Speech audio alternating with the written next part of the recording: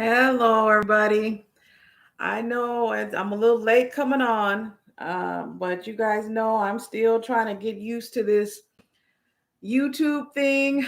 I did some stuff. I was trying to go live on time. I got here, and anyway, I'm here now. So today, um, I'm gonna just give a few minutes to let people sign in who had initially signed in. I had to delete the app because not the app. I had to delete the whatever you call it. I had to end up deleting it. I thought I had to delete it, and come to find out, I figured out what happened. I had a problem getting on to the live. My webcam would not work, and then I figured out what it was.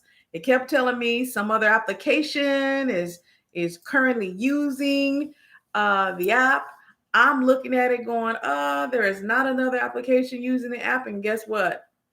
There was another application using the app.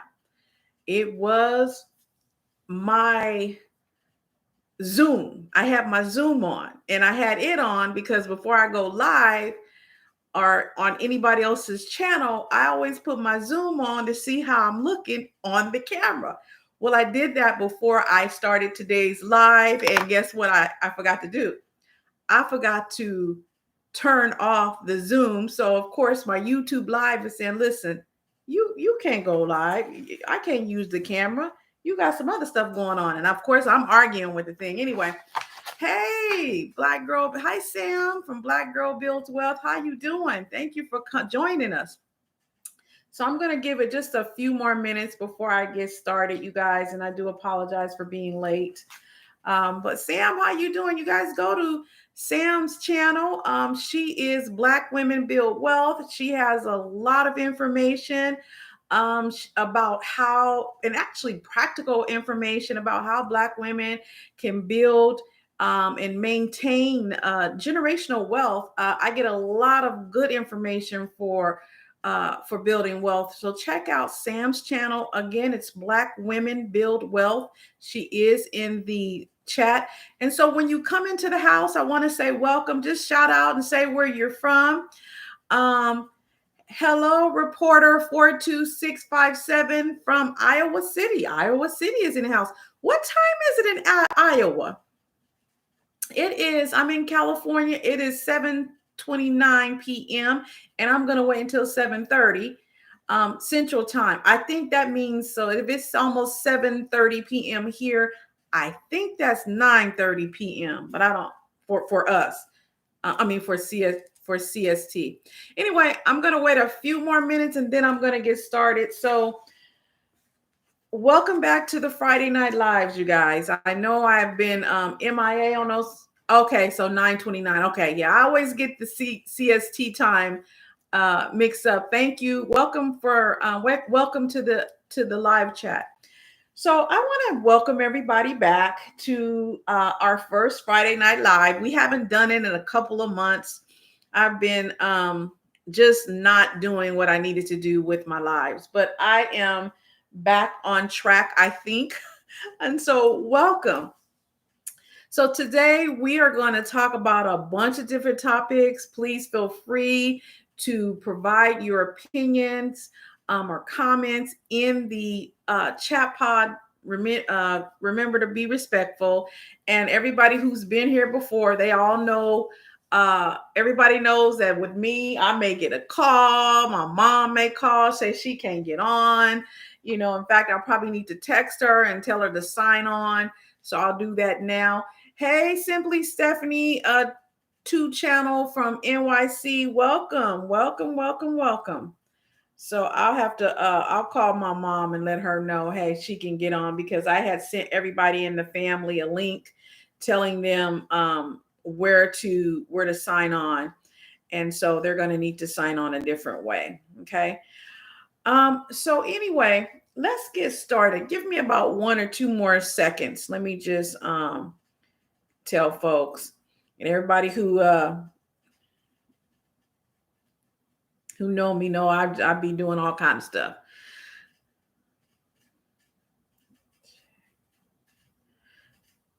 My YouTube. Okay, so let's get started.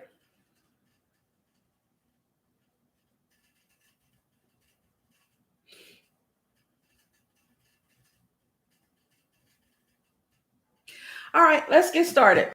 So I already said welcome. Let's get started on the first thing I want to talk about. So the thumbnail said affirmative action, my thoughts, and other stuff. So let's start off with the other stuff. So the other stuff is the channel milestones. I want to talk about those briefly. Those of you who have been rolling with me for a while, you know that I started the channel April 20th, 2021. And as of today, we have 32,657 views. So thank you for that. We have over 1,200 subscribers. So yes, that, we're one of the immediate goals was trying to get 1,000. So we're at over 1,000 now. So thank you so much for those of you who have subscribed, who have shared the channel. I really, really, really, really appreciate you. We're going to keep trying to grow and make our community a little larger. We want to just be able to have a safe space to interact with one another and to have a place where we can have information exchanges, and really just Black women all over supporting one another. So I want to thank each and every one of you for what you do as it relates to expanding and supporting the community. Usually when I give the channel milestones, I also tell you the top places where the channel is being seen and viewed, where the viewers are. So let me go into my analytics and I'll give that to you really quickly. And then we can go ahead and move on into the meat of why everybody's here. Let's see. So when I look into my analytics as it relates to where everybody is coming from, and I will let you know the audience from not only the where they're coming from in the States, but I'll let you know where they're coming from internationally. I think that's good information. So people can kind of see, that we are an international community. We are not just in the United States. So as it relates to countries, the top countries that are looking at the content, obviously, are the United States. Second, United Kingdom. Then third, Canada, which is where Sam is from.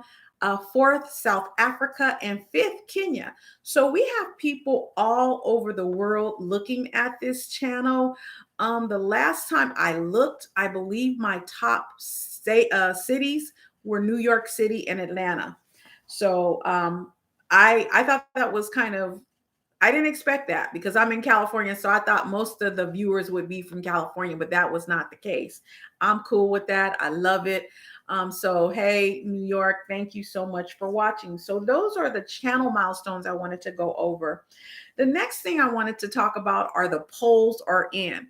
So as you know, I have done 3 polls so far. One of the polls I did had to do with DEI, diversity, equity, and inclusion.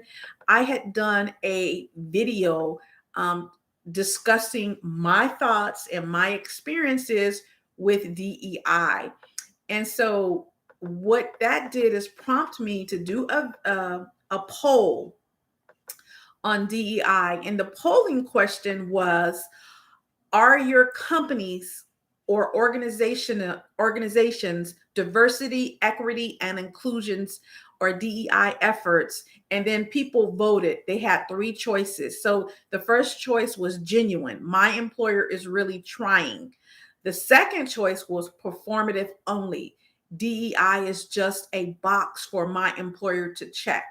And then the third option was non-existent. I haven't even seen my employer's DEI initiatives. Again, the question was, are your companies or organizations diversity, equity, and inclusions, DEI efforts? And then they got to choose out of the 3 what they thought. So the polls, according to the polls, only 6% of the people who responded said that their employer was really trying to improve or really trying to establish DEI or diversity, equity, and inclusion within the workplace. Only 6%. Next, 25%, and I'm going from lowest to highest, 25% said, hey, My organization's DEI efforts are non-existent. I haven't seen them. Okay, so that was 25% of the respondents. The largest number of respondents, 69%, said that their organization's DEI is just a box for my employer to check. So that was really, I found that very, very fascinating. Again, I did that in connection to a video that had to do with DEI. So you can go on the channel and check that out. I think it's a pretty short video.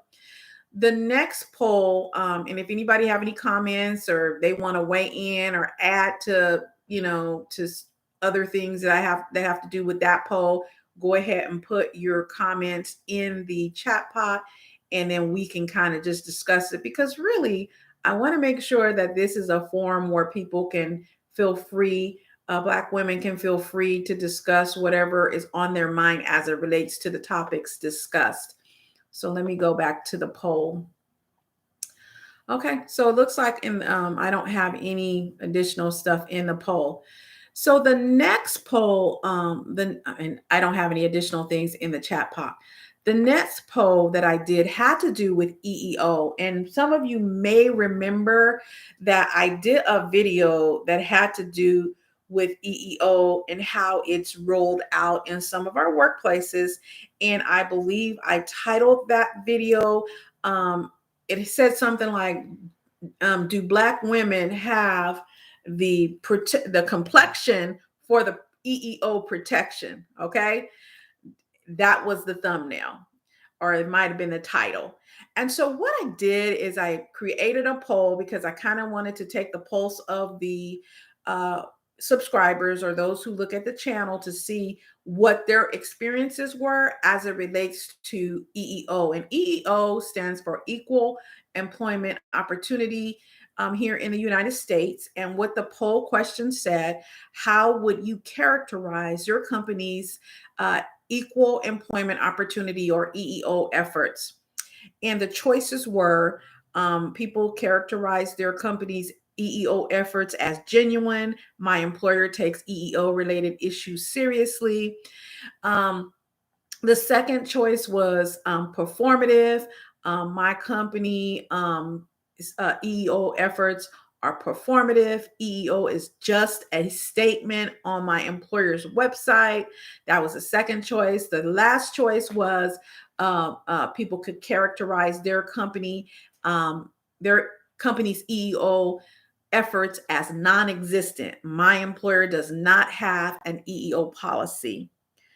Let me tell you something. First, let me just say this. The respondents, 25% of the respondents said that their EEO, their employer's EEO, was non-existent. Okay.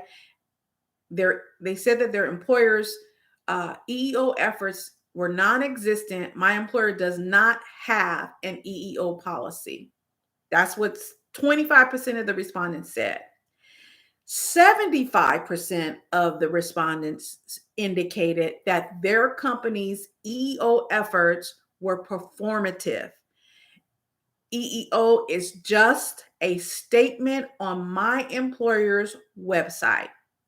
So if I told you 25% of the folks who responded said that their employer does not have an EEO policy, and 75% said that they felt that their employer's EEO efforts were just a statement on their employer's website, the last choice was what? My employers takes EEO related issues seriously. I was shocked. 0% of the people responded that their employer takes EEO seriously. And I'm saying I was shocked. I'm not sure why I'm saying I'm shocked. I really probably shouldn't be shocked, and maybe I'm not. But that's what they said.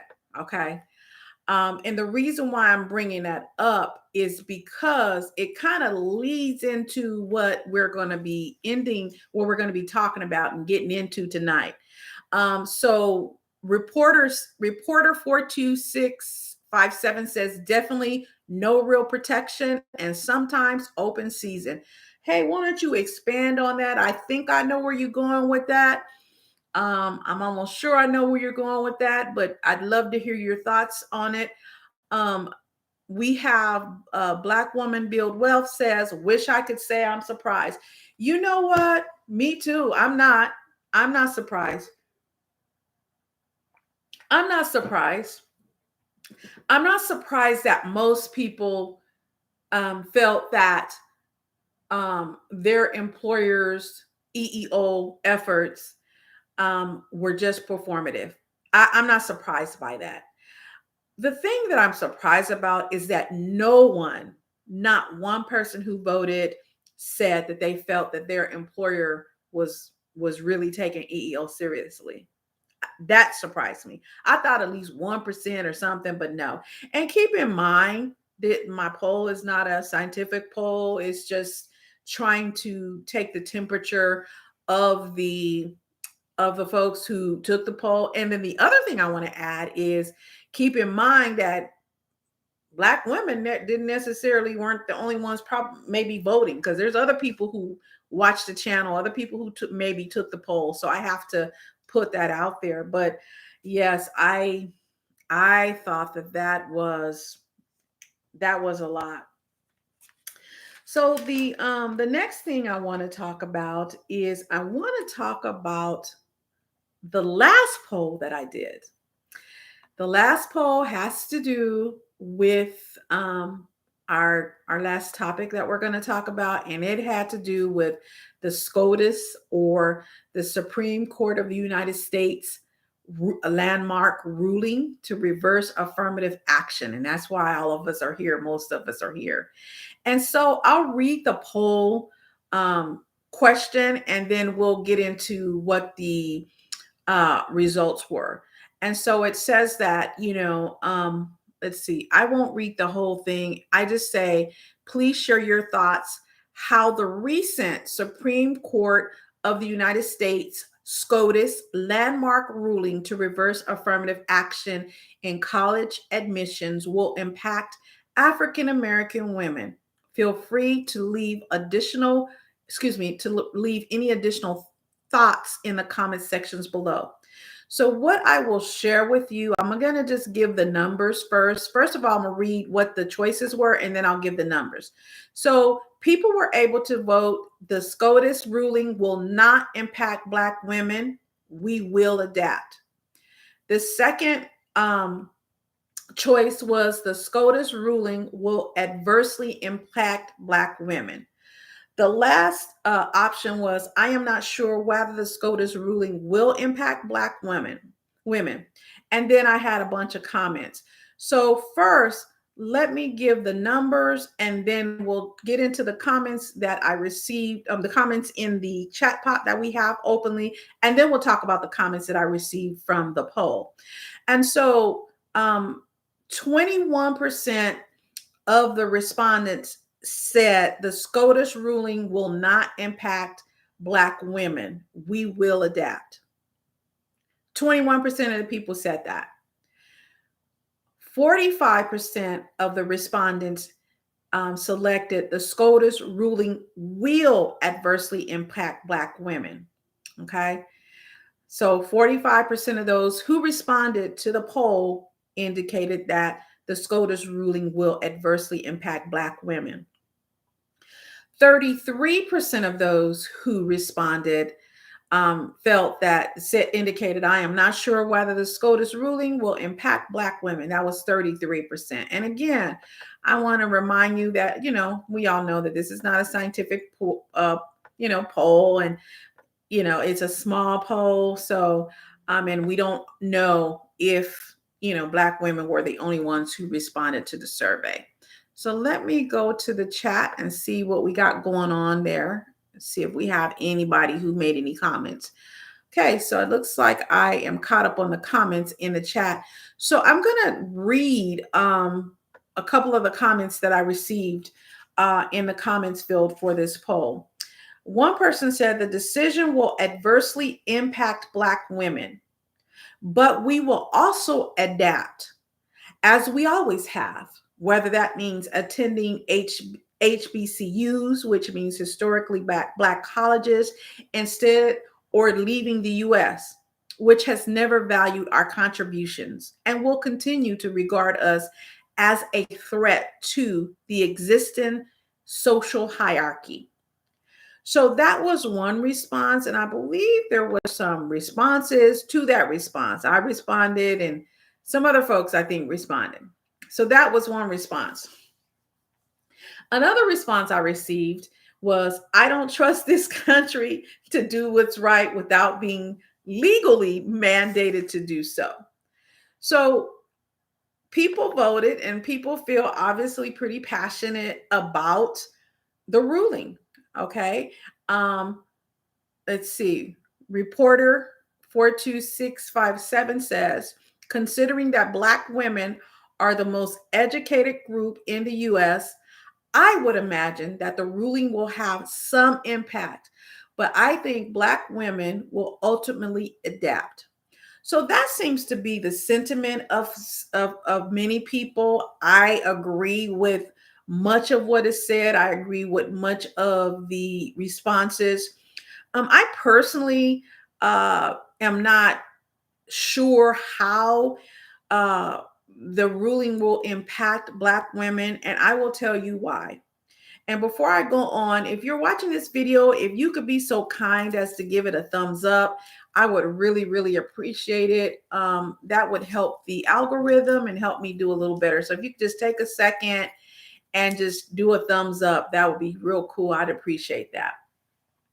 So this is what I'm going to say. And I'm going to say it, and I know I'm probably going to need to explain it. When it comes to affirmative action, when it was initially created, I think it had its place.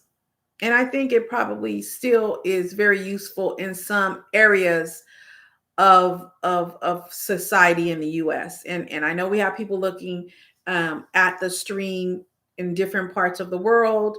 We'll have people looking at the replay in different parts of the world. But I'm talking about the US, which is kind of reflective of what's going on in some different places. So what I'll say is this: even though this ruling has to do specifically with college, using race as it relates to allowing people into school, it will have a larger impact in the larger society. Having said that, the studies are clear and they're indisputable that the people who have benefited the most from affirmative action since its inception have been white women. White women. The research bears it out. It's not saying that Blacks have not benefited, but what it's saying and what it shows and what I've seen over and over again is that affirmative action benefits white women the most. Every study shows that. Every single one. That's why some people felt that even bringing this to the Supreme Court was not going to impact Black women, because many people felt that Black women are not benefiting from affirmative action. Okay. Now, I go back and forth with this. I am of a certain age. I'm 57. So I am old enough to remember some of what happened when affirmative action was rolled out in different institutions. Okay. But I've also seen the changes. I've seen how the program was designed. I'm calling it a program, okay? But how affirmative action was created to right a wrong or to make things a little bit more equal. one of the misperceptions, and before I talk about that, I want to read a comment. Somebody put, although I'm not sure what this level of adaptation will look like. Oh, okay. You're referring to, you're saying that, okay, so for a reporter 42657, her first comment was that she feels that, the ruling might have some impact on Black women, but we will ultimately adapt. And then she did an addendum and added on to that and said, hey, but I'm not sure, what this level of adaptation will look like. Yeah, I agree with you. We do what we need to do. Black women, we've always done what we needed to do, and we will continue to do that. And I agree with you. There is another comment. It says that the SCOTUS ruling will impact adversely. Okay. I worked in pharmaceutical, and I saw that there was an initiative to recruit Black women after BLM. I saw a lot of Black women hired for DEI positions. And yeah, you're right. I hope you check out my video on what I feel about DEI. Okay. But the fallout is already starting as it relates to DEI. All you got to do is Google. There are a number of high level companies where the DEI executives, Black women, which is who they usually put in those positions for a reason, have either left companies, terminated, whatever. They have exited companies. It happened right after the announcement of the SCOTUS. Now, having said that, this could be a coincidence or it could not be. We don't know. But what we do know is that we're seeing people leave the DEI field, and it seems to align with this SCOTUS ruling. Okay, that's all I'm saying. Now, I was going to share with you my thoughts on it. As I mentioned, white women have benefited the most from affirmative action. Okay, there is no study that shows anything different, really. I shouldn't say no study because I don't know about all the studies. I'll say that in working on my doctoral dissertation, I've done a lot of research in the area of Black women in the workplace, educated Black women in the workplace, and what's happening in our experiences, our lived experiences. That's what I'll say. And a lot of that research that I'm seeing is what I've mentioned. So what people, I think, get confused about, and you keep hearing the talking points, that people seem to think that affirmative action, when a person has been admitted to a school for affirmative action, or when a person has been hired on a job for affirmative action, I think some people think that that person did not meet the eligibility requirements or the minimum qualifications for that job, or the minimum qualifications or eligibility requirements to get into that school. That could not be further from the truth. Okay. Affirmative action did not make it for the most part where requirements were lowered. Okay. What affirmative action said was, look, we have these people who meet these qualifications, because when it was initially rolled out, and I'm going to give you a true story, when affirmative action was initially rolled out, the point was to actively seek qualified individuals for work, for school, whatever. It was not to seek unqualified folks. So whatever the qualifications were, the pool was, look, let's look for folks who are qualified, but they happen to be Black. Why was that necessary? It was necessary because Black women, Black men, Black people would apply for positions, and they were qualified for those positions, or they would apply to colleges and they were eligible to go to those colleges, but they were denied because they were Black, period, point blank, right? And so when we talk about educations, that's why we got the HBCUs. Why? Because we couldn't get into the other schools. We weren't even allowed to to go there. The only blacks that you saw on those campuses of Ivy Leagues were those black people who were working there. Okay. That's what you saw. And that's just the truth. Then black people created HBCUs. And it wasn't just black people, it was white people too. Okay. We're talking race, and that's why I'm using those terms. So, and then another little secret that people don't realize is HBCUs also made it possible for white people who could not get into the PWIs or predominantly white institutions. They allowed them into those institutions. Okay, so it is really it does a disservice when people spout talking points like, oh, this person's an affirmative action hire, and give the impression that because they were an affirmative action hire, he or she, black person, was not qualified for the position. If I'm gonna be honest with you and keep it 100% real, most of the positions that black people are in, when they get those positions, they're double, triple qualified, because it was ingrained in our heads, especially when I was younger, that we had to work twice as far to get twice as hard to work to get half as far. And so we grew up knowing that and thinking that in the US. I'm not sure how it is in other countries, but we were told that.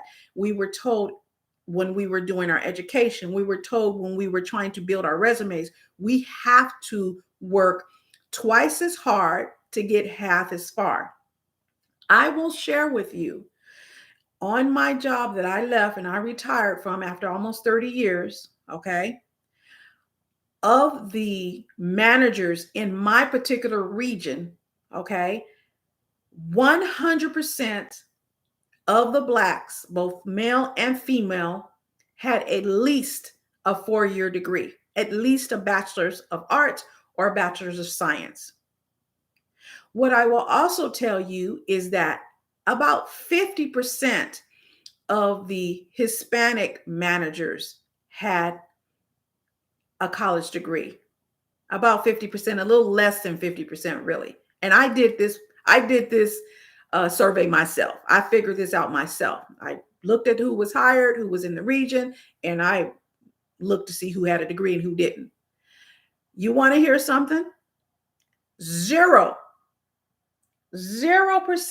of the white managers in my region had a 4-year degree. Just one had an AA. The rest had no college degree. Do you want to know who occupied the top echelons of the managerial hierarchy in my region? All whites. And none of them had degrees. Not one. Of the master degree holders in my region, and I know this may be anecdotal, information to some people, but I'm just giving you an idea of what's really out there. So of those who had a master's degree, managers in my region, 100% of those master degree holders were, guess what? Black. So what I'm trying to illustrate here is 100% of the blacks had at least a 4-year degree. 0% of the whites had a 4-year degree.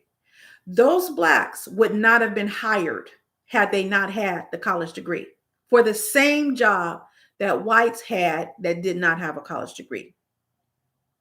And that's just keeping it real. Okay? That's keeping it 100. I saw it over and over again. Even when I looked in other regions, Black women, Black men always had a college degree if they were in management most of the time. And in my region, 100% of the time they had a college degree. Okay. So when we talk about affirmative action, I just want to make it real clear. It has nothing to do with lowering the eligibility requirements for Black people, because we have met those eligibility requirements. We have met the minimal qualifications and surpassed them.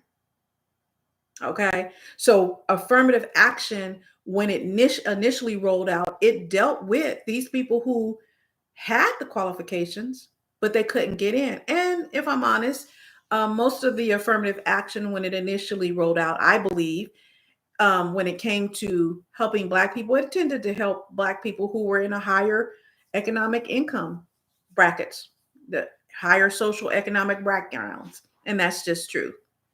Okay. So that's my thought on it. The other thing that I wanted to say is, you know, when people, if they really, really look behind the numbers and behind the fluff of what they're being told and being fed, they will see, especially as it relates to college entrance, that the people who are occupying most of the positions or many of the positions in these colleges, they're legacy students.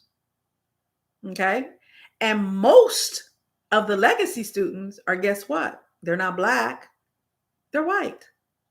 So the group that was used, or the group whose face was used to pursue this SCOTUS, uh, to bring this case about affirmative action being used. And when I say affirmative action, keep in mind the ruling only dealt with race. It didn't deal with gender. Let's just keep that 100.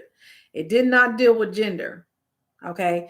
All it really said was, hey, you cannot use race as a basis for entrance into college, primarily. Now, you can put it in there. Somebody can put it in their personal statement and they can relate how it impacts their lives and all of that. But it cannot be used as a basis, for entrance into a college. Didn't say anything about gender. Okay. So what did I say? The people who have benefited most from affirmative action on a large scale, white women, gender, right? So the group that brought, I shouldn't say the group because it wasn't a group, it was a person who used another group, that used the face of a specific group. And we all know what group I'm talking about. When they were asked, why aren't you challenging the legacy students? The legacy students are the ones who are taking up the extra spaces. And let me just explain to you what legacy means. Most of us, some of us know, but some of us don't. But legacy students are students who were admitted to the university because their mama, the daddy have a name on a building or went there. I think they call it ALDs or something like that. Some of them, they're donors. Their parents were donors. Some of them are athletes. Okay. Those people. And what the numbers show is that some of those people, like 75% or something like that, 70 or 75% of the legacy students were white, right? Of those legacy students and of those folks admitted that way, I'm trying to remember the numbers, and you guys can put that in the chat if you look it up. I want to say something like 70% of those or something like that. I could be wrong. They would not be able to get into the school. And we talk about PWIs, predominantly white institutions. They wouldn't be able to get into the school if they weren't a legacy student, if they weren't on athletics, if they weren't children of donors. They would not be admitted. So the question came up, okay, these are the people who are taking your spots as well. Why aren't you challenging that? It's not Blacks, it's not Hispanics, and it's not indigenous folks. When they looked at the numbers and you added the numbers of the Black people, the Black students, the Hispanic students, and the indigenous students together, those total numbers was less than the group of people who are being used by whoever to bring these cases forward. It was less. The total number. So the question becomes, why did you bring this? And why didn't you aim it to where you could really benefit, because the people who are taking those spaces, they not on this side. They over here with the legacy, I think it's ALDS. They're over here. Why didn't you challenge that? Athletic legacy donors, supporters. Does that make sense?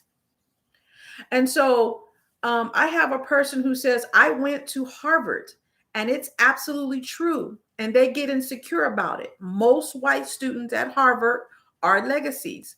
For grad school, it's about who you know too. And you know what? I've been hearing that. I've seen it. I remember I didn't go to a Ivy League for my 4-year degree. I went to a state college. And for my master's degree, I went to a private college. And now working on my doctorate, I'm going to a private college. But what I'm saying to you is this: you see certain things. And so when people pretend that it doesn't exist, it does exist. Now, my oldest daughter, both of my children actually graduated from one of the top public universities in the nation, both of them. Okay. One of them just graduated with her master's last week. Okay. And she won student of the year and all this stuff. And I remember her telling me that one of the individuals who was a part of the group who brought this thing to the court told her, oh, you got in because you Black. That's why you got in. Now, I was pissed off about that, because I'm like, you should have told him you got in because you got the highest grade point average you can get in California, which she did. The assumption that she got in because she was Black, it wasn't possibly that she had a good grade point average. Okay. One of the other things that people tend to ask her is, or tended to ask her is, oh, are you an athlete? And when she would say, no, I'm not an athlete, there was and I might do a link to one of her speaks. She did a speech at her school. I might do a link to it. I'll see. Depends. But she talks about her experience, how people would shift when they would find out that her major, her undergrad, was in neuroscience. Okay. So we qualified, and we've been getting into the schools when we're given the opportunity to. Now, I said I was going to share. It says, absolutely. You see it everywhere. You're right. You see it on jobs. I remember in my position before I retired, somebody had made a comment. It was actually an employee, a white male. Okay. Who felt that, congratulations, I read about your daughter in the newspaper. Thank you so much. I appreciate you. Thank you so much. So I had a employee, and I didn't manage employees. I managed the managers and supervisors. Okay. So this employee, white man, says to me, and his manager, he tried to usurp his manager's authority by coming directly to me. So I bring his manager in and we have a conversation. And one of the things he says to us in this room, in my office, is he is a special and a different employee because he is working on his master's degree. This is what this person said. And then he named the school that he was going to, which in the area where I live, it's kind of a hard school to get into. It's not hard, but it's harder than the other options in my area. That's how I'll put it, right? So I just look at him, and he went on to talk about, how, he should be treated differently because he is working on his master's, and how he felt A, B, C, and D, the whole entitlement thing. So me and his manager look at each other. I'm a Black woman and his manager is a Black man. Now, I just told you earlier about how the demographics worked as it relates to education in the region that I worked for. So I let this man talk. So then I explained to him, and then he talked about experience. Now, he was new to our agency. Okay.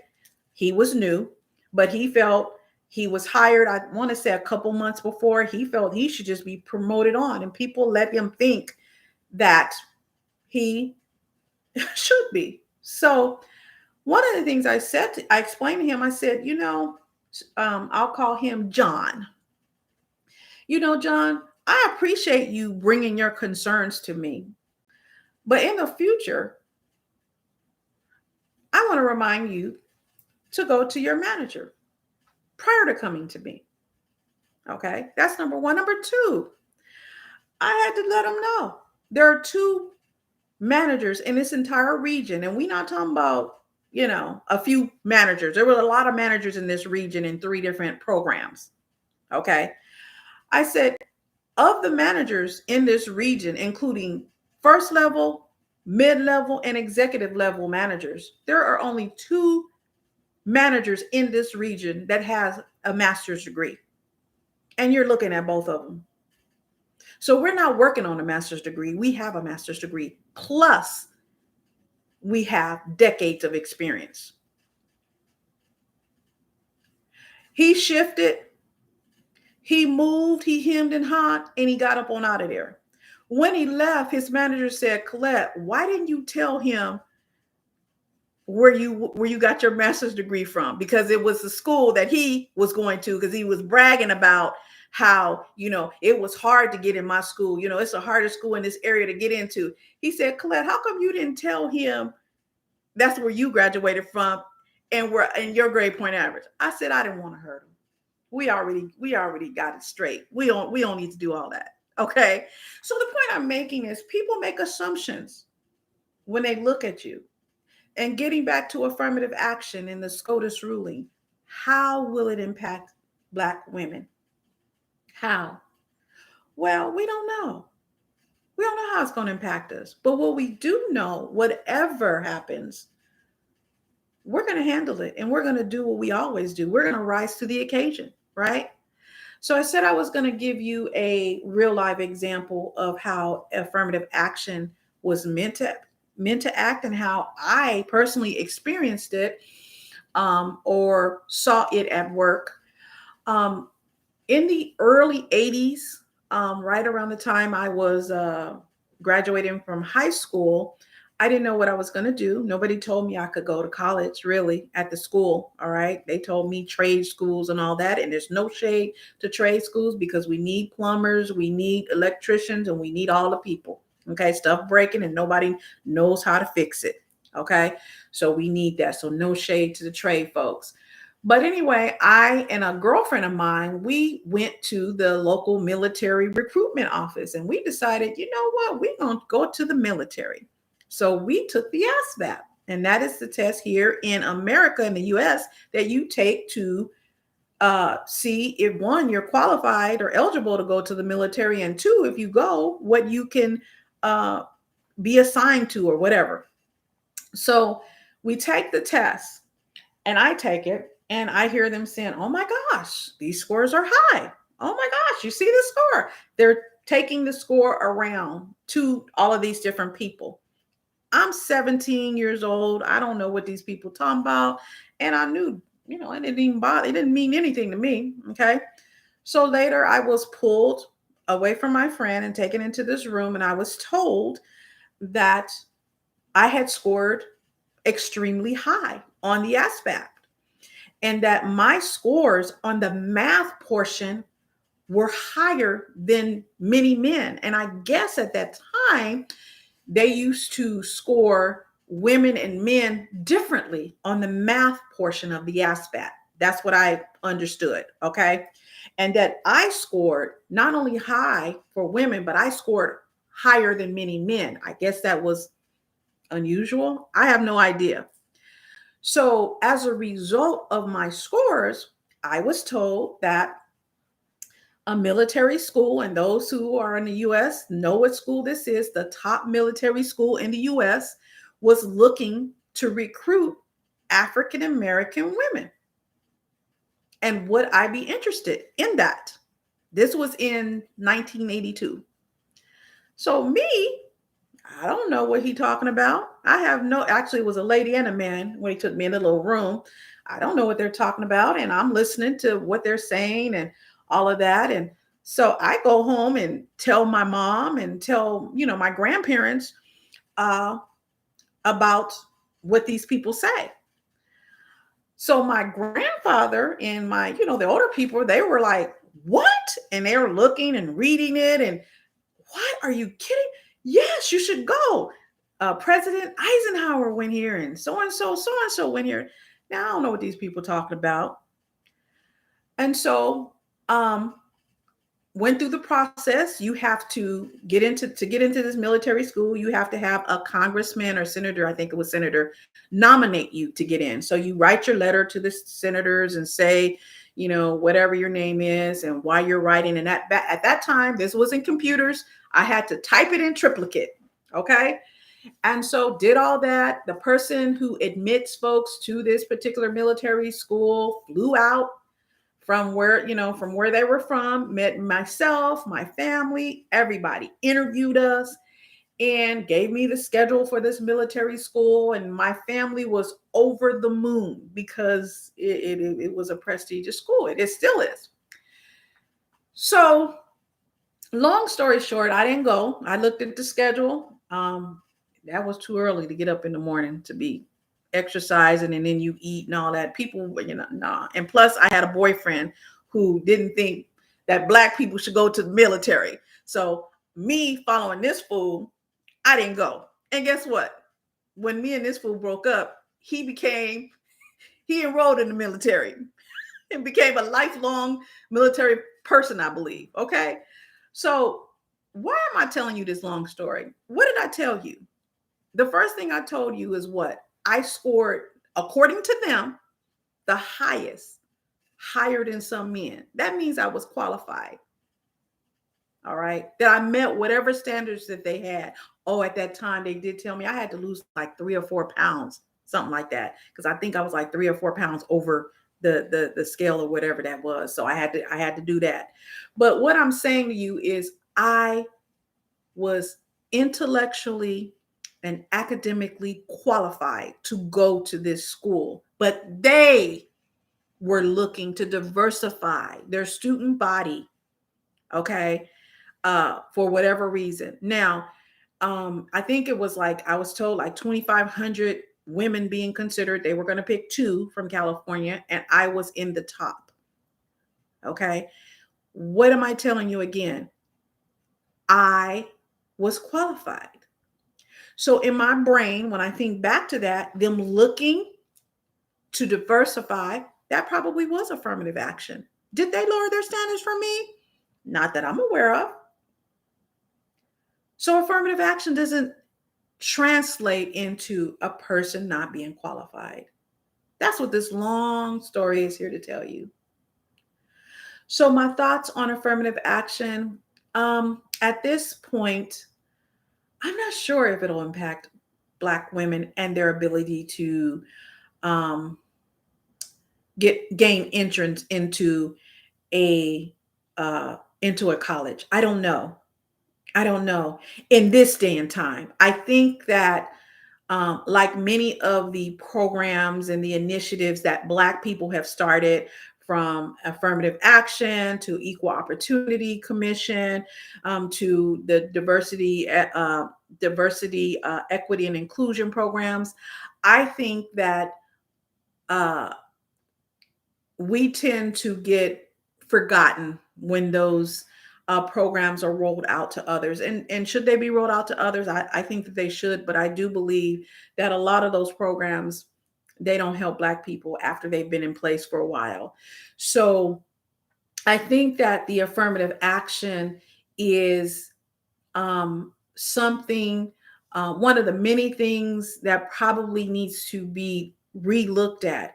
And Black people need to do some of the things that we always do, which is to pivot. I've been hearing that this may help HBCUs, historically Black colleges, improve their enrollment. That's what I've been hearing. And that's a good thing. That's a good thing, because I'm a pivot for a minute. And everybody who listens to me know I get on tangents and I go different places. But one of the worst things I feel, this is my own personal opinion, that I experienced was when Black people left their neighborhoods. Desegregation. I was one of the first desegregation students. Now, I did like my school, but I didn't like being called the N-word as an elementary school student while I waited at the bus stop. I didn't like that. But going back to the neighborhoods, when I was a child, one of my teachers lived down the street. A doctor lived maybe across, it was not uncommon. The person who owned the pharmacist may be around the corner. And that's what we had when I was growing up, right? And then when we had segregation, to me, that changed and it ravaged our neighborhoods. Because when I was growing up, I could see a doctor, I played with their kids. I could see the city councilman. I played with his kids. I could see the teacher or what have you. And now things are different. And some of our kids don't get to see the stuff that I grew up with. And I'm saying all that to say, when people said, hey, this may help us come back to the HBCUs, it may do that. So I'm not sure if it will adversely impact African-American women or African-American men. I don't know if it's going to adversely impact us. It probably most likely will have some impact on us. But if the studies bear out what I've been saying of who has been the number one beneficiary of affirmative action efforts and the number one beneficiary of the EEOC and the DEI, then I don't see how it impacts us, because those folks were not impacted because the affirmative action did not address gender. Gender is still okay. And when people say women in the United States of America, when they say women like that, they're not talking about Black women. They talking about white women. When they say women, that's white women. When they mean Black women, they say Black women. So when they say gender, gender-based whatever, they're talking about mostly white women. They're not talking about other women, because white is the default in the United States. So those folks will, I believe, continue to benefit until they decide to address the gender part of it. But I personally do not feel that Black women will be adversely impacted as we think. What I do think will happen is I think that the group whose face was plastered as the poster child of the victim of affirmative action, I think that they will be impacted. I think that those groups will be impacted, because I think that until they address, they being those who make these decisions, until the legacy students or the ALDS students is addressed, their numbers are still going to be what they are. Because as I mentioned earlier, for those of you who are just joining the stream, the number of Blacks entered into these PWIs, predominantly white institutions, the number of Hispanics accepted into these institutions, and the number of indigenous folks accepted into these PWIs, the total number was still less. And I'll just say Asians, less than the number of Asians admitted into these colleges. So our numbers were still less. So that really, we aren't taking the spots. The spots are being taken over here. Okay. So it really, it didn't address anything. So any comments? Let's see. I see somebody says, I think it's a fact that some colleges may not hold themselves accountable to do the extra effort to diversify the campus. You know what? I agree that some of them won't, and they weren't doing it already. Hey, I have Harriet in the house. And they won't do, and I'm curious to know what you think. I don't think that you're wrong. I think that some colleges that were really trying to diversify their campus based on race or background, culture. I think that those colleges that wanted to really make some changes, they will make those changes. The thing is, they won't really, they won't have to be told to do that, because that's what they want to do. I agree on that. One of the things I want to mention, and I'm probably going to cause some hell in here, but I'm going to just say it, is non-African American Blacks will see some things. Because sometimes when people come to the country, they don't understand many of the sacrifices and the struggles that African Americans made and barriers that African Americans broke down. And many of them are benefiting from those efforts, and they don't realize it, or they don't accept it, or they don't acknowledge it. But they will see now. They will see how these programs were beneficial, how they help folks. And I know I just said that, white women benefited more than anybody. We did benefit some. And I do believe in the beginning that the goal and the purpose was well meaning. It's the implementation that may have caused some problems. And I'm not saying that Blacks have not benefited from affirmative actions. Because again, like I said, we had the education, we had the qualifications, but we still weren't getting hired. What affirmative action said is you gonna hire folks. I know SCOTUS ruling was about education, but when we look at affirmative action in the larger culture as it relates to jobs and housing and different things, what affirmative action did for us is said, listen, you're going to see these people. Now, you may only let 2 or 3 of them in, but you're going to let 2 or 3 of them in. Before that, they weren't letting any of them in, period. And it didn't matter what their grades were. It didn't matter what their money was. It didn't matter their social economic status. They weren't letting them in. Okay. So I'm going to go ahead and take questions. If you have questions, go ahead and put them in the comments. We've been on for about an hour now, and I welcome your comments. I welcome your questions before we move on and shut this down. While you guys are thinking about your questions, I'll address my opinion on the student loan forgiveness. Now, y'all knew they wasn't going to forget that. I was hoping that they would. I was hoping. Now, I was a public service employee, so I was fortunate. And so I did get mine forgiven under that. But I was holding out hope that they would forgive it for the bigger group. But I don't know. They didn't do that. I'm hoping that things will happen to get that in place.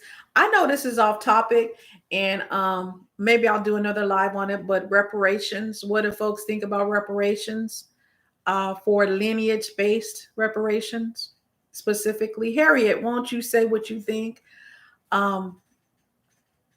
Interesting.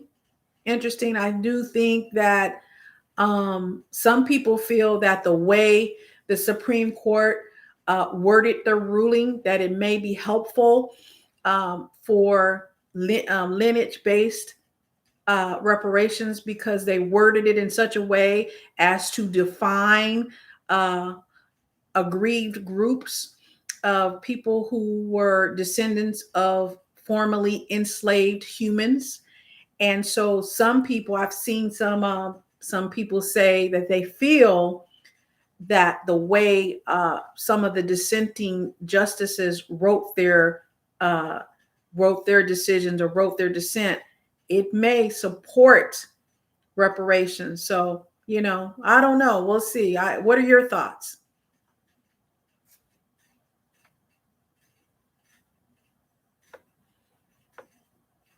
Anybody have any thoughts out there?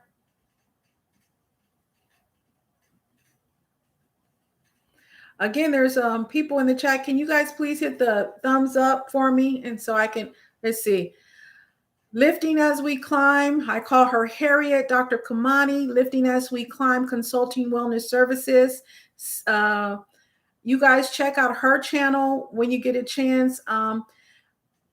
Before I read her comment, I just want to remind everybody that July is BB Moore Campbell Minority Mental Health Awareness Month.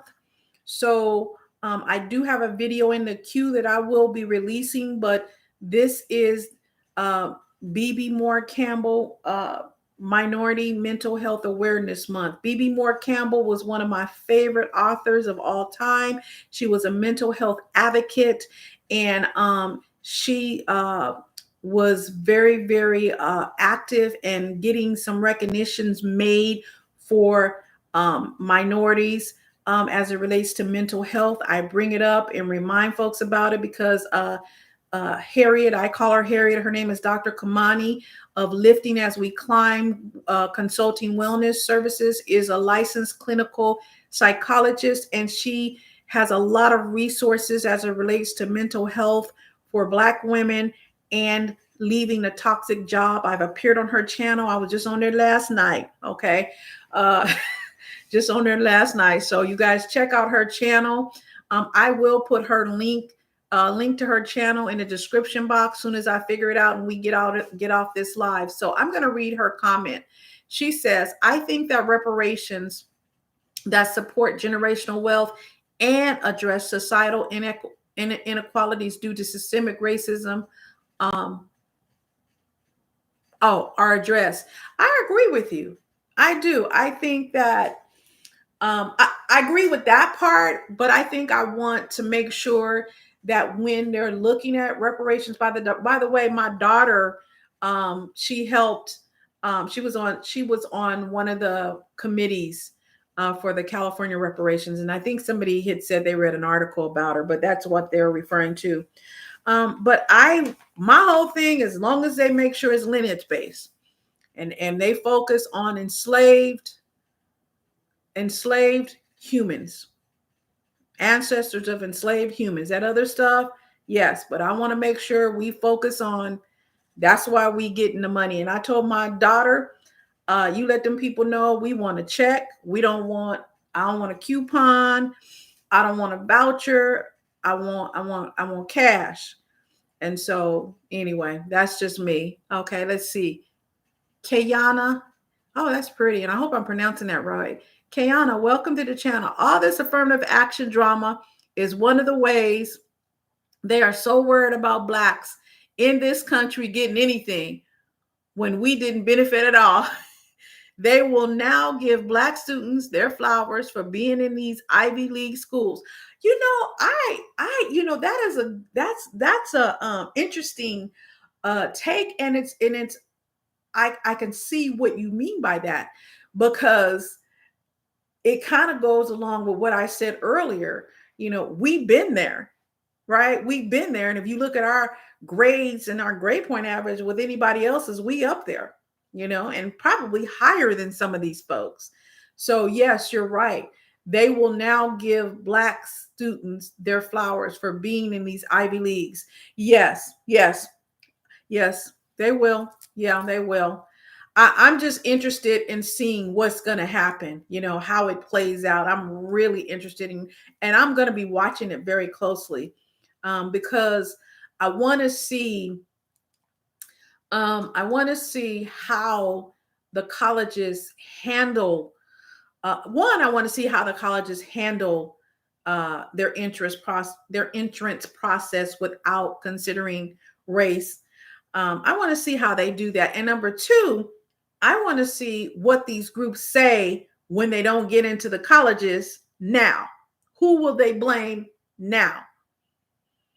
You know, because our little numbers, you know, they may or may not go down, right? But who you going to blame now? Because the law is now on your side. Who are you going to blame? Who are you going to say, or what are you going to say impedes your ability to get into these colleges now? I don't think that some of these people realize that those folks don't want you at their school. Okay. Other than maybe to give them some money. I don't know. They may, you know, I don't know. I don't know. Let's just see what happens. And the other thing I want to say is not all Asians are in agreement with the ruling. I want to make that clear. You know, not all Asians are in agreement with that ruling. Okay. I would venture to guess many of them, particularly those who did not come from a wealthy background, may not be in agreement with this ruling. I just want to make sure that we understand that. I want to make sure that we understand that, you have the play, you have the puppet show, right? You have the puppet show, but there is a puppet master. Okay. The puppet master is the one who's really making things happen, right? Because they are the ones who decide who's going to be the face of this particular cause, right? And so behind that, those of us who were born in America, we know who that puppet master is. We know what's behind the whole aggrieved movement. We get it. We've been here. We know about it, right? And for us, we see who's doing what, right? So I just want to make sure we understand that not all Asians believe that. Now, I'm not saying some don't, some do. I don't know, but not all, not all. And also understand that our competitors, and I don't want to use the word enemy, okay? I'll say competitors, and I hate to say competitors, but we all are in this thing, right? But we just have to be careful, is what I'll say. We need to start allying for ourselves, right? And stop depending on other people. And we never have really depended on other people to support us, but we need to understand some stuff. Now, I always tell people, data is information. We could dislike the information, but data is information. And this is data. So as a group, we need to make some decisions based on the data. That's what I'll say. So let me read a few comments. Somebody said, Mrs. E, thank you for your platform. Oh, you're welcome. Oh, Mrs. E. Oh, Colette Elizabeth. Okay, got it. Elizabeth's my middle name, but thank you. Simply Stephanie too. We deserve reparations because we suffered the longest. Reparations was given to the Japanese and the Native American, so we deserve ours as well because our Holocaust is the worst thing on earth. A lot of people agree with you.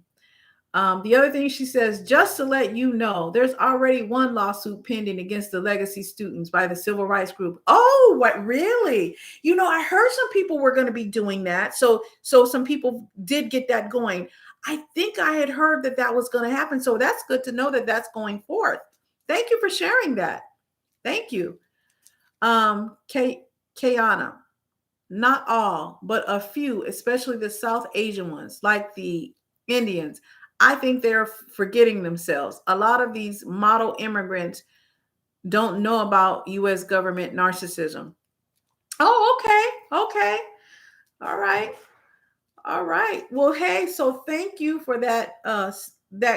Thank you guys for contributing. If you have any questions for me, go ahead and put them in the chat pot. I'm getting a little hungry. And I'm going to be ending this live in a minute. So let's go ahead and put in your final questions. I do want to let you know moving forward that of the channel that I will continue. I had been working on Black Women Get Out, a series. I have been working on that, and I've been going back and forth between that and Heart to Heart talk. So those two series, I'll still be working on those. And I'll also continue Teach Our Own History, that series. I'll try to get some more videos out on that. And so that's the channel direction. I think that's all I really wanted to cover. I do, again, want to make sure that you guys are aware about Simply Stephanie. Excuse me, I said Simply Stephanie's. I'm sorry. Lifting as We Climb Wellness Services channel. That's Dr. Kimani, Norrington-Sands. If you look in the community tab on my channel, you'll see that there's quite a few pictures of me because I've been on her channel a number of times. Please go to her channel. Dr. Kimani is a toxic job survivor. I will have her on the live As soon as I figure out how to use my StreamYard, you guys, she would have been on here today had I known how to do that. But please go check out her channel. She has a wealth of information. If you are in a toxic job and you are a Black woman and you want to leave, check out her channel, Dr. Norrington-Sands. Also, I call her Harriet. She has a masterclass that her and Anne-Marie Archer put together that is teaching Black women how to heal after they have left a toxic job like me. I'm a toxic job survivor as well, but the masterclass has passed, but the replay is available. And I'll put the link in the description box below if I can figure that out. If not, on the community post, on the community channels tab, you'll see it there. I also wanted to tell you about her. She has a group coaching program that has to do with helping Black women to heal and to create a exit plan from toxic jobs. I went through that group coaching. I went through it after I left, and I still got some benefit from it. So I'll put that in the link below. And then I also want to remind you to go to Black Women Build Wealth channel and subscribe there. She talks about, she teaches Black women how to build wealth, generational wealth. And she's out of Canada. Her name is Sam. Okay. So I wanted to give them a shout out. I wanted to thank them for coming to my channel. Of course, you're welcome, sis. And I want to thank you guys for tuning in and hanging in there with me. I will see you on the first Friday in August, but you guys know I might pop up anytime and do another live. Thank you so much, and have an amazing evening. Remember, take care of your mental health. We need to make sure that we support one another and that we support ourselves. Okay. Mwah, mwah, mwah. Talk soon. And I'm going to end this live. Blessings and peace to you all.